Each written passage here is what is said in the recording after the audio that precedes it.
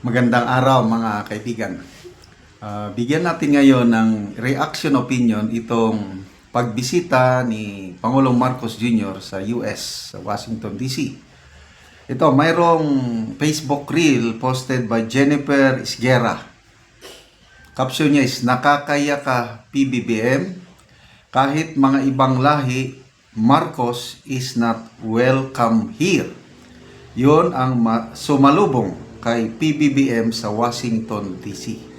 So ito, share ko, may mga Pilipino, kailan may mga iba't ibang lahi, mga puti, nagrarally, sumisigaw, "Marcos is not welcome here." To.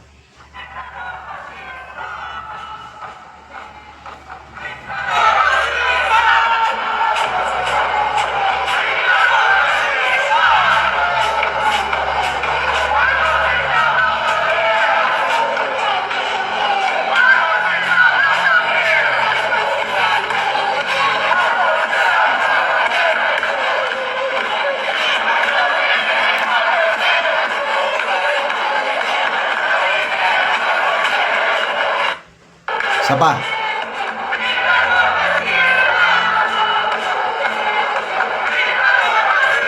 Diktador.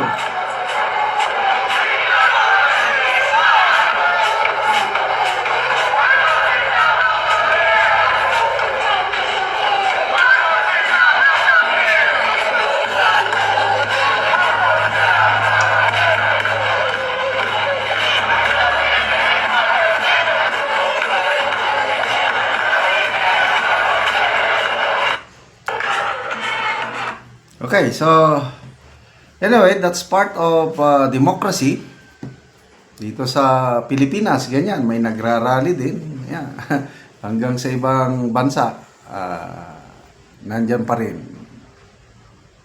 Marcos is not welcome here. Sino yung mga nagrally? Ang alam ko dyan, yung karamihan dyan, mga makakaliwa, migrante, I don't know, may bayan muna ba dyan? Basta, ang makakaliwa, mula pa noon, talagang gusto nilang mapatalsik ang Marcos. Mula pa Marcos Sr. Hanggang ngayon, Marcos Jr. nandyan pa rin. But nakakapagtaka dito sa Pilipinas, may alyansa sila. Kasi, nagkaroon na sila ng common enemy.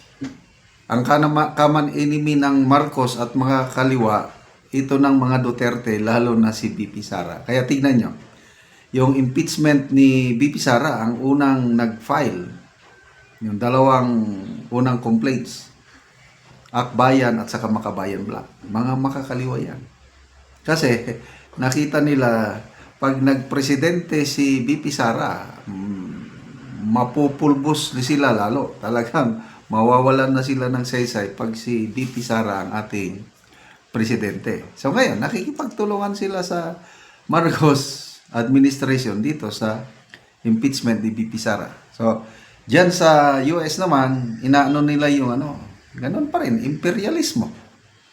Na ayaw nilang pakikialaman tayo ng US. But anyway, may katotohanan din kung minsan yung isinisigaw nila. Kasi hindi ako anti-US ha. Love ko ang democratic ideals ng US government. Diyan natin nakuha yung demokrasya natin dito, which is very good. Democracy, freedom of speech, expression, equality, justice, education. Marami tayong magandang nakuha sa US. Kaya nga marami tayong kababayang Pilipino na millions, I don't know, 4 million na ba ang PhilAm sa US? Kasama na doon ang aking anak. Nandun na. Nagbakasyon kami last year doon. So hindi ako anti-US. Kaya lang, if you study history, wala talaga, they are not treating us fairly itong US government, para tayong mga little brown brothers nila na hindi tayo pantay. May live stream si Attorney Vic kahapon. Ang title sa kanyang live stream is US, alay ba or amo?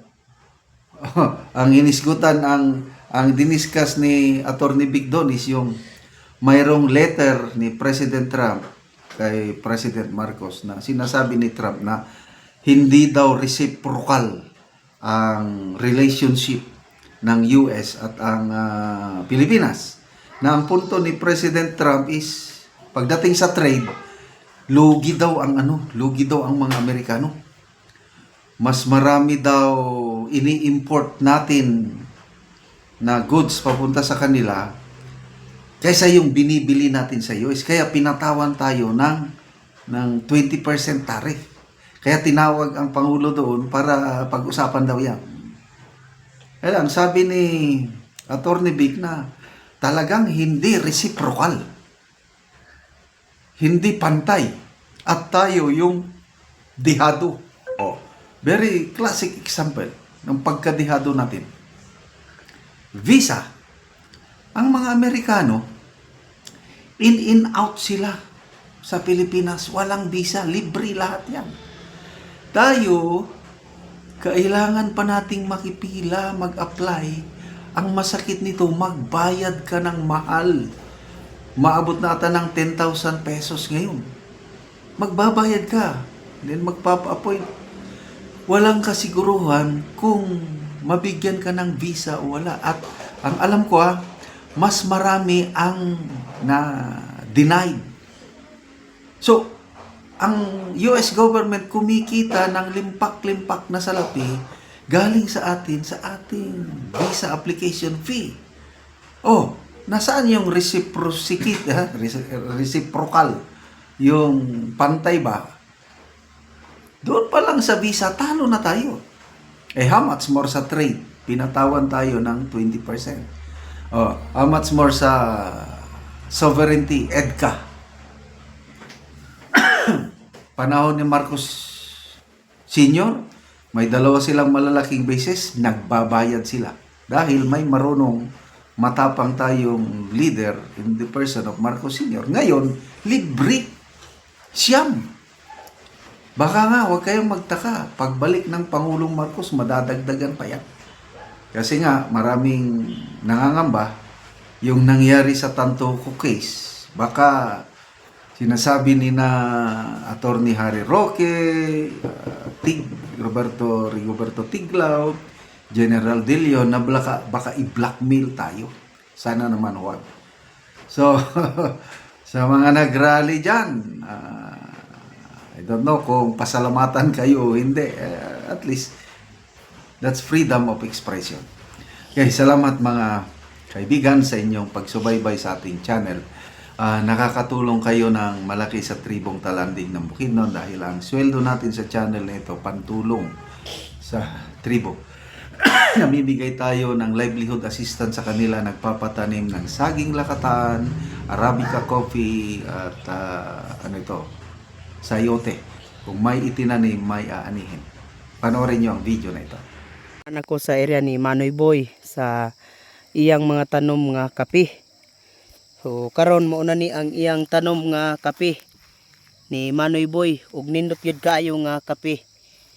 Mo na ni ang iyang tanom nga kape nga 419 ka buok.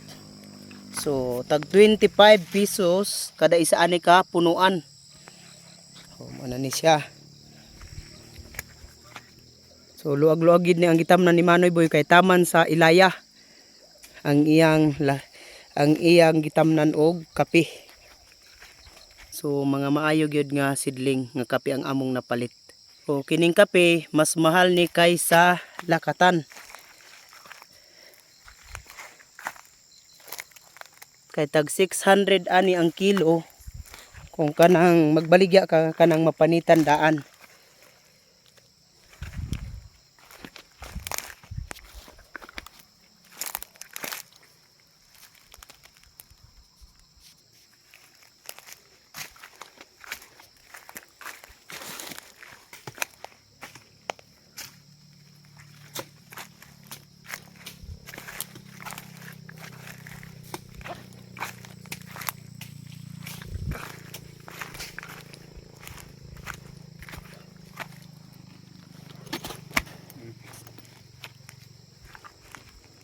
sa nagsuporta sa pagtanom namo sa kape. Padayon ang pagsuporta sa pagtanom namo og kape og sa lakatan. Nagtanom mi og kape kay bahal di kay sa lakatan aron makahawas mi sa kalisod. Oo, salamat kay Manoy. Salamat po. Oh, Salamat sige, po sa nagsuporta ani sa pagtanom namo sa kape.